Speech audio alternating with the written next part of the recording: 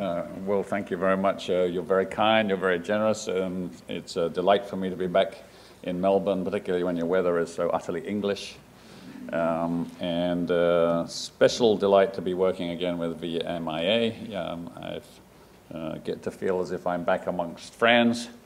I should just explain that the focus on risk, I've never been introduced as a risk rock star? Risks associated with rock stars, and that's a much more interesting subject. That's not really how my teaching and research have developed. I've focused on regulatory practice. So I have dealt with those agencies of government whose mission is the identification and control of risks and harms to the public. So that starts with police and environmental protection, and then compliance operations like tax, transport safety, civil aviation, counter-terrorism, counter-political corruption, all kinds of ills that befall society. And then the jobs of identifying and controlling those risks falls largely to specific agencies. They're mostly social regulatory agencies, law enforcement, security, and intelligence. And so I distinguish that audience, or those class of professionals, from the other half of government that's mostly in the service provision business, delivering welfare systems and education systems and even health services, who are largely delivering needed and appreciated services to various citizens and industries.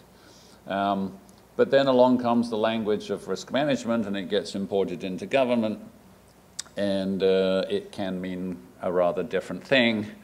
Government should worry about itself. Government should worry about continuity of operations and about their reputational risk and not making foolish errors and ending up in the High Court.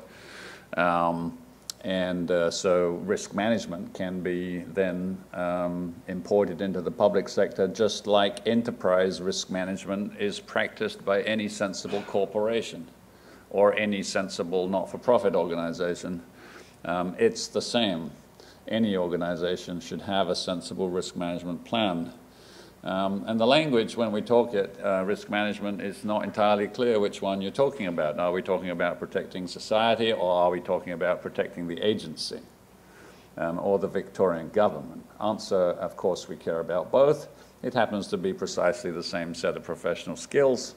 I have been teaching them in the other context for the sake of protecting society, but it's the same professional methods, identification and control of risks. I would just point out that from the privileged position of academia floating around different agencies in different countries, we seem to be at a strange stage. Everybody now is required to have a risk management plan for the agency. And so we're all doing risk management. Some agencies don't clearly separate the two domains. So they have one risk register, one list, and it's risks to us and it's risks to the public. And if they're all on the same list, I'm a little bit worried that there's a natural human temptation that we'll pay too much attention to protecting ourselves, perhaps at the expense of attention to protecting the public. So I always advise that you have two risk registers and that you keep them neatly separated. And just a few experiences since I was last here, I have begun to see cases where these two different domains actually conflict with one another. On the issue of identifying and thinking through potential catastrophic risks, I've heard from some lawyers in one agency that said, would it be better for us actually not to have thought about this? Or if we had thought about it, would it be better for us not to have written anything down? Because if this did materialize, this catastrophic risk, and we had thought about it and then done nothing, we are actually increasing our reputational and litigation risk. And then so I'm saying, well, I understand there's an interesting dilemma. It's only a question of the weights that you apply to these two different domains. If you absolutely wanted to protect the public unambiguously, you would go with your mission. Of course you'd want to know. Of course you would write it down. Of course you'd want to have thought it through, even if it never happened. And if you're solely concerned with protecting the agency, then it might be better not to know, and be careful what you imagine, and certainly careful what you write down. So just get the weights right. What do I think they should be? I think they should be about 99% of the weight applied to the public mission, and about 1% applied to protecting the agency. Other people might have a different judgment. They're entitled to it. Once you've committed yourself to protecting the public, then I think there's a lot more you can do to mitigate the residual risk to the agency. Preparing your story, having in your back pocket all the things that you would have loved to have done if only you had had enough resources but weren't able to do because you didn't. That's a useful list to carry at all times. Anyway, I thought I'd start with a puzzler. It's always good in the morning to have a little puzzler. I'm going to put up a statement here and then ask you to think for a few seconds. Do you or do you not agree with this statement? Risk management should be integrated into an agency's philosophy, practices, and business plans, rather than be seen or practiced as a separate program. When properly integrated, risk management becomes the business of everyone in the organization. A few moments, I'm going to show of hands. I want you to vote. Do you agree? Do you not agree? Or I'll give you a third option. Do you have mixed feelings about this? I won't tell you who said this, but it's quite a common message in some quarters. Hands up if you agree. Thank you. Hands up if you disagree. And hands up if you have some mixed feelings about this. Okay, we're more than half in agreement. No one disagreeing, at least not prepared to say so. And a few, minority in the not so sure camp. Let me show you another one then. Risk management must never be confused with existing processes or functional work. It needs its own formal structures and systems. It would be dangerous to imagine that structures and role responsibilities created for other purposes can properly handle the risk management task. A few seconds. Do you agree? Hands up if you agree. Nobody agrees. Hands up if you disagree. Hands up if you have mixed feelings. This is very interesting. You understand the tension between these two statements. I wonder if I'd shown you this one first, without showing you the other one, would your vote have been different?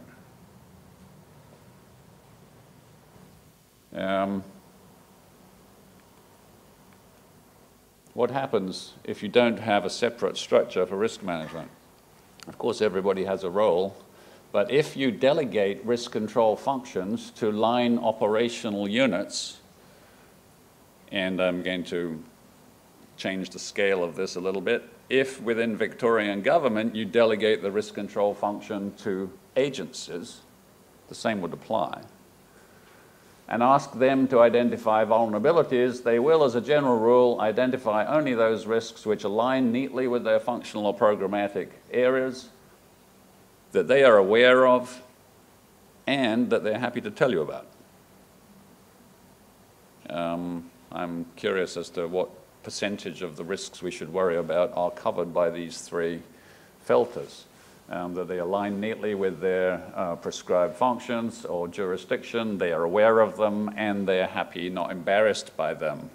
They're not sort of internal failures or the potential of corruption or threats to integrity that they'd never tell you about naturally because it's not in their interests. So I believe that those are a small subset of the risks we should worry about, and the most visible ones, and therefore the best controlled already. And that the real trouble, or the next major scandal, or what we call regulatory failure, is more likely to come from a risk that didn't neatly align, or that people looking at their own specific operation just would never have noticed because it's not the right shape or it doesn't reveal itself, or that they're aware of but they're not going to tell anybody else. Hence the importance of interagency, higher level structure, hence the importance of VMIA as an organization in this state. I'm learning more and more about VMIA as I go. It seems to be a unique organization with a rather broad range of responsibilities, not only to be the insurer for the public sector, but to teach the methods and develop the professional craft of risk management, and specifically to enable the state to deal with all of the things that agencies by themselves would not naturally handle. And at that point, this aligns fairly well with what I normally teach regulatory agencies in the context of the way they work. Those of you who haven't read any of my books or ever heard me speak before, I have good news. My whole life is pretty much captured in one picture. It's this one. It might look complicated to begin with, but yes, it's about risks. Notice the labels here. These are rather big, broad, vague, and general, this column, but the risks are there in the outside world. Now, of course, here I'm talking about risks to the public, but this could also be risks to agencies. The same would apply, but my frame is risks to the public.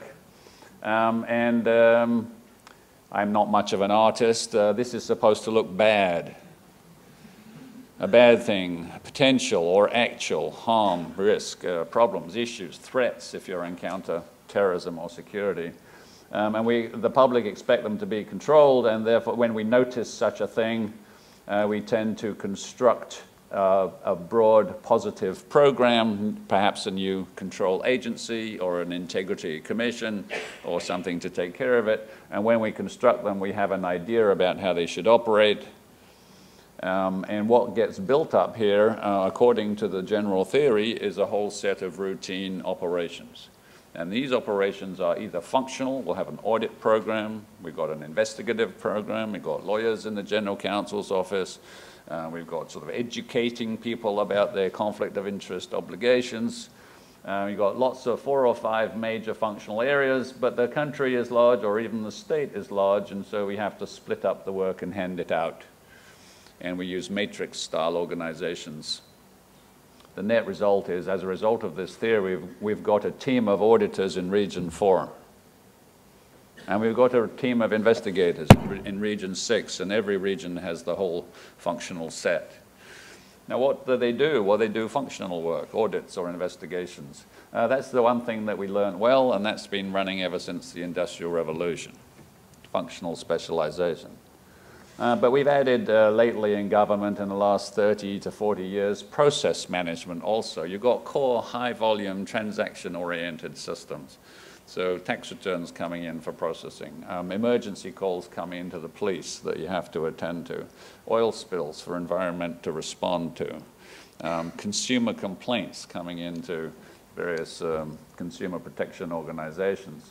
And for every process, we want accuracy in our determinations and timeliness in our response, and cost efficiency because it's a high-volume thing, and client satisfaction because we ought to smell good as we do this job. Treat people decently and with respect. So functions and processes is in the top right-hand corner, and it's all handed out and it gets done and it gets put back together, and we've got lots of functional efficiency and lots of process engineering. What have we said to the world at this point about risks controlled? This is a bit of a shock to regulatory agencies who are in this business. Nothing. And so what we are watching at the moment, this model, one of my more cynical Kennedy School colleagues calls the think once and then act for 15 years model. And there's nothing wrong with it because we need functional expertise and we need good process management, and neither of those things are going away. But and my job is not to invent anything at all. My job is to observe emerging practice and try and figure out what it is and why it might be important, and if I can, summarize it in one picture. We are watching agencies learn a different trick. Rather than assuming that we have the answer to everything, look more carefully at the general class of risks, split them up, and understand that it's 57 different varieties. They're all different shapes and sizes. Specifically awkward is the fact that they are multidimensional in their nature. Some are organized around bad actors. Some of them are around vulnerable victim classes or particular products in the market and the damage that they do, or the commission structures and the marketing methods, all kinds of different risks, lots of different shapes and sizes. And the first thing you have to do is see them. So what's happening here in this arrow? This is the business of seeing the subcomponents and being able to identify clusters or possibilities that are worth paying attention to.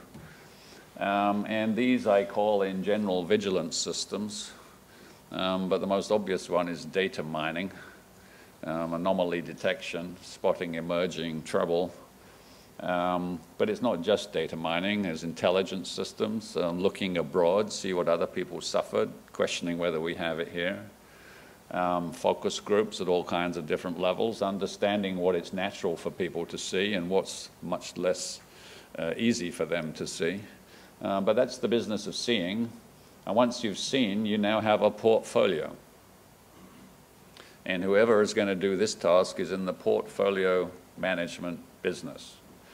How should each of these problems be defined? At what scale should we take them on? How many of them should we actually launch action? How much reduction are we looking for, and when is reduction enough?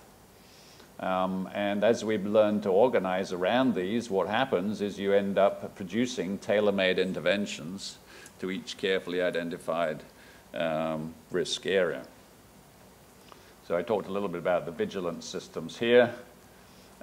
You could do vigilance, and you could do risk identification, and you could do risk classification and scoping, and you could create the most beautiful colored heat map, and you've done nothing yet in terms of action or intervention.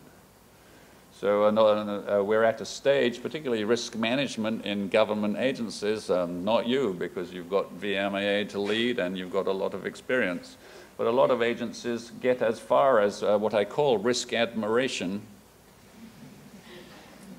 and even risk classification, and a beautiful graphic to somehow post them in 2 dimensions, which is misleading anyway, because there's many more dimensions involved.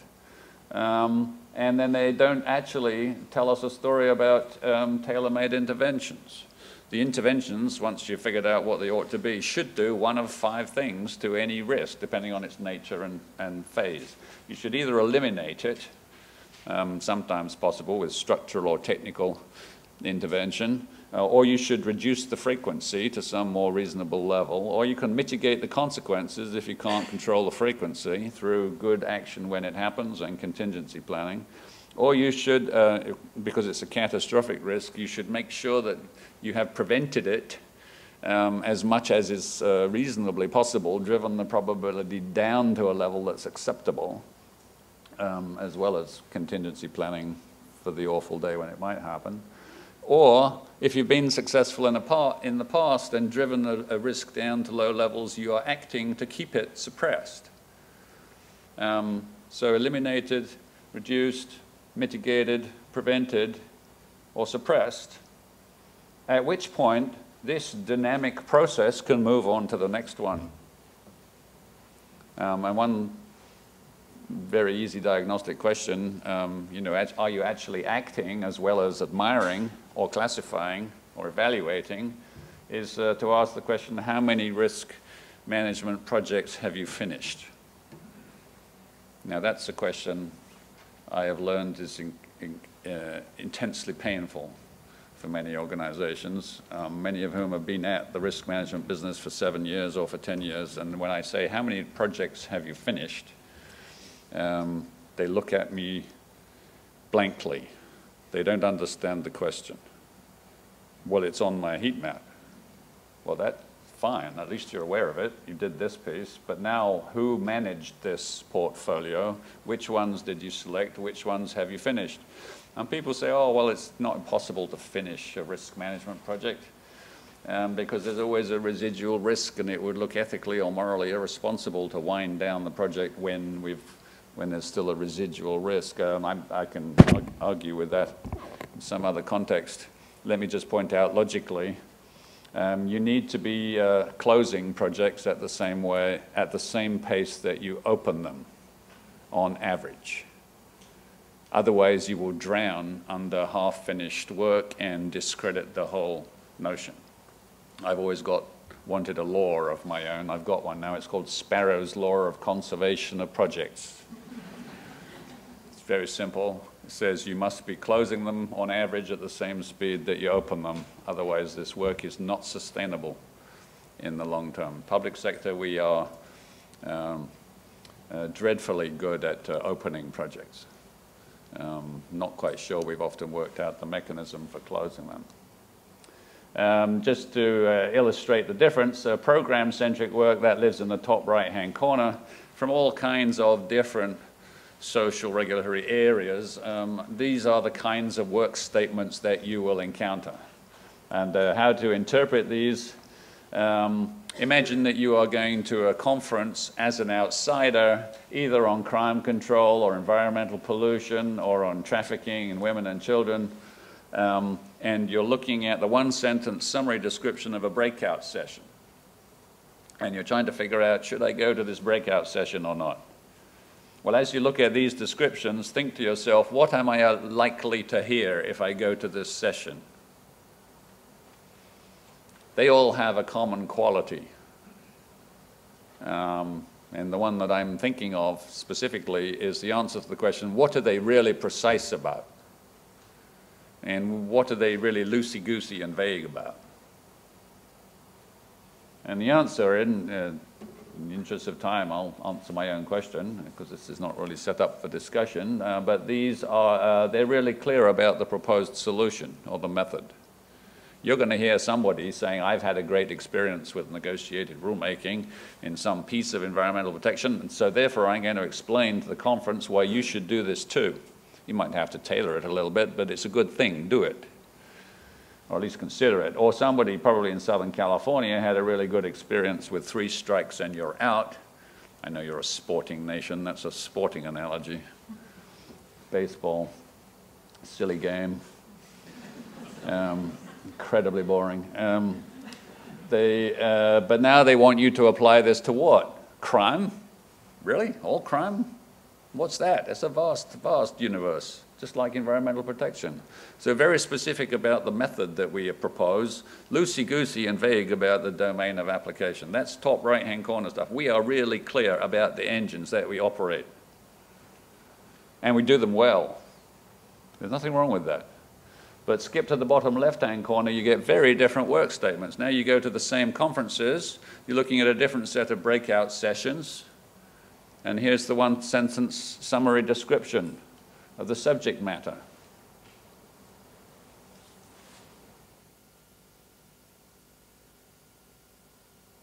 And I have disciplined myself to use roughly the same number of words and all of the same domains, but very different statements as to what we're about.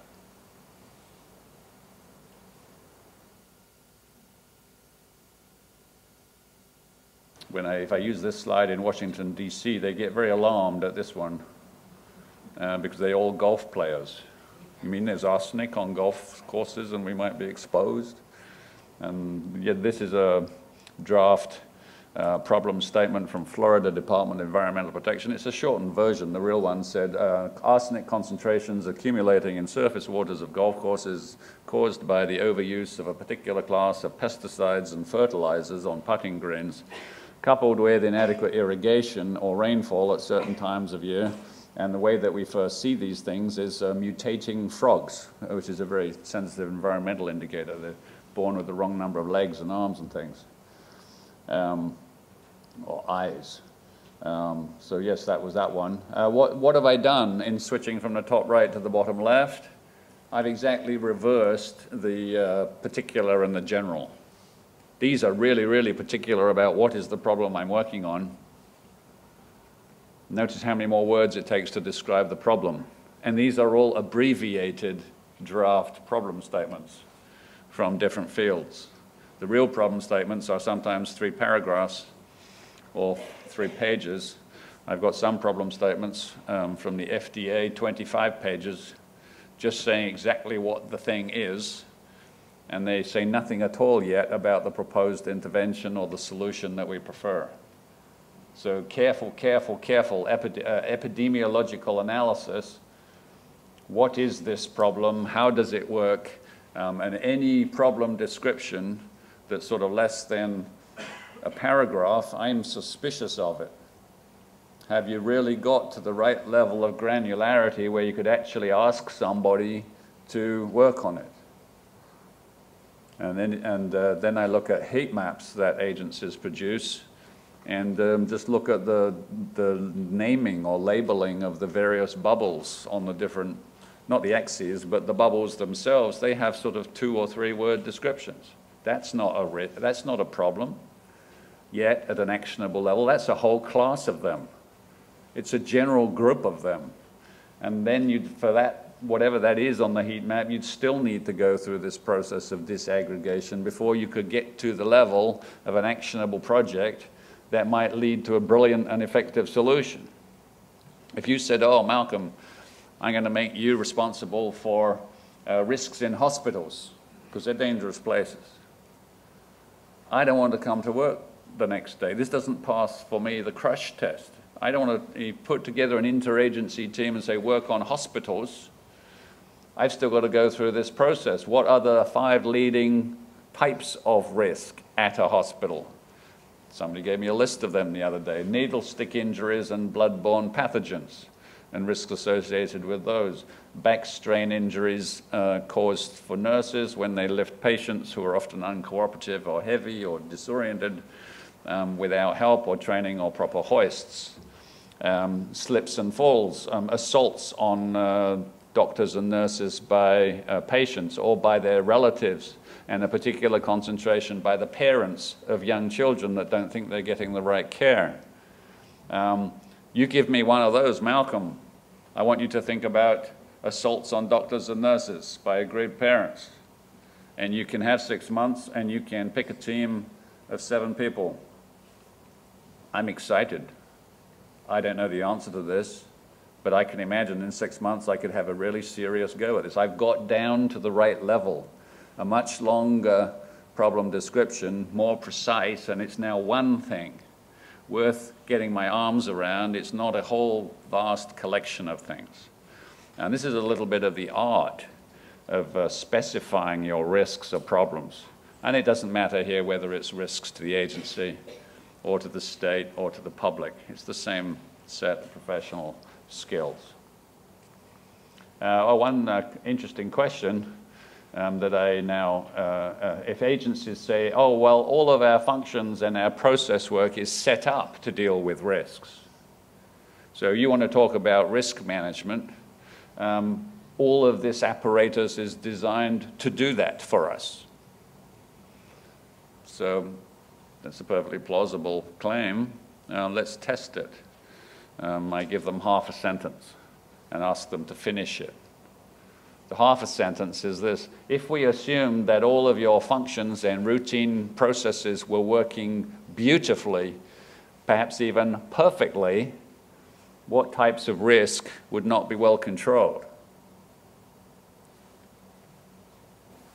If I have a class, I give them half an hour to work it out for themselves. I don't have a spare half an hour with you this morning, so I can tell you the fruits of my own contemplation on this.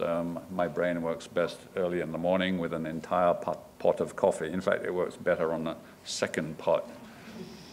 So 1 hour with the second pot of coffee. These are the ones that occurred to me. First of all, persistent risks, things that are still there despite everything you normally do.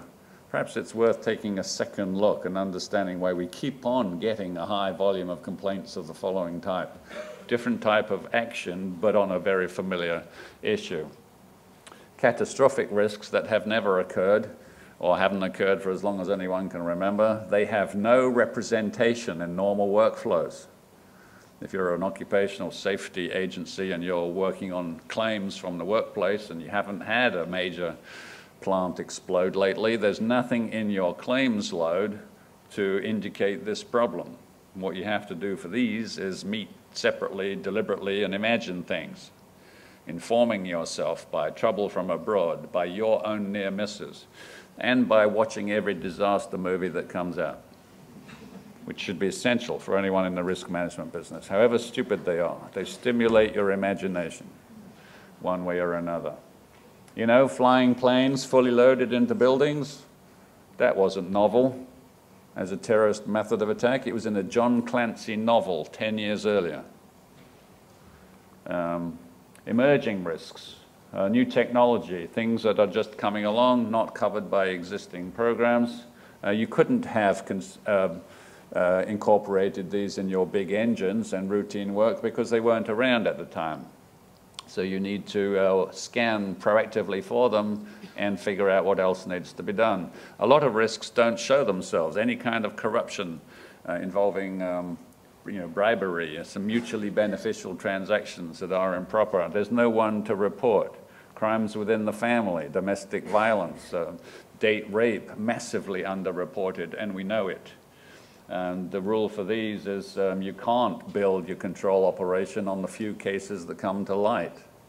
You first have to go dig and expose the scope of the issue, expose and then deal. It's a special character to this class of risks, which makes us act in different ways. Risks involving enemies or opponents, terrorist attack, cyber threats, many things that you have to worry about. Why will routine controls not work here? Because they're routine. And you're dealing with intelligent and sophisticated opposition who are adaptive. They will reverse engineer anything that's routine and figure out how to get around it. So with these, you've got to be playing a dynamic game constantly, figuring out what's in their heads, what are they planning, how to get ahead of them. And finally, and most relevant here, boundary spanning risks. The ones that a single agency by itself couldn't possibly deal with. I'm pointing to the 2x2 that was here, you remember it. These big systems, the functional units, the functional expertise, the processes that you operate, you notice something about all of those. They're yours. They're within the confines of one agency. They're paid for within your budget. So you can do them all by yourselves. Well, if the risk itself is boundary spanning, by definition, those things aren't enough. And therefore, you need to put your heads together and get organized around them. If you're interested in the art of operating in the bottom left-hand corner, that's what this book is all about. So, last couple minutes. What does it mean to do interagency collaboration? I find it quite useful to sort out different types of interagency collaboration and to use these different classes of work as a way of doing it. There's 4 types of work that regulatory agencies have to do, all within the same organization. Functional work, which can still be improved. Process-based work, which is an inescapable obligation once you've set up your processes.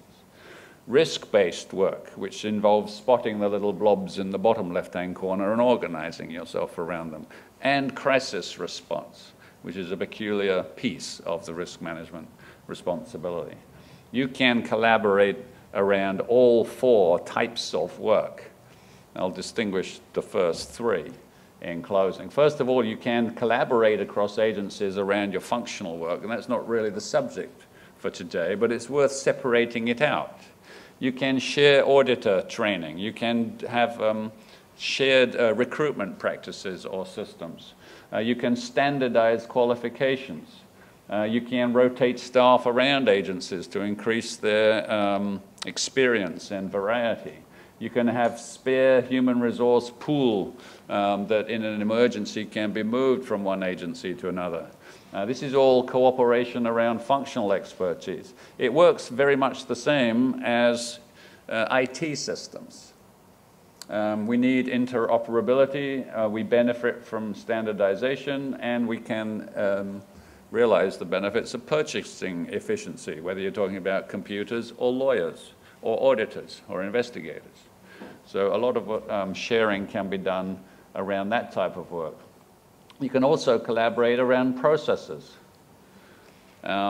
because you're dealing with the public or you're dealing with firms, and they have to deal with multiple public agencies, and so you can coordinate in your decision-making and make sure that they don't have to deal with 8 different agencies when they want to set up a sandwich shop.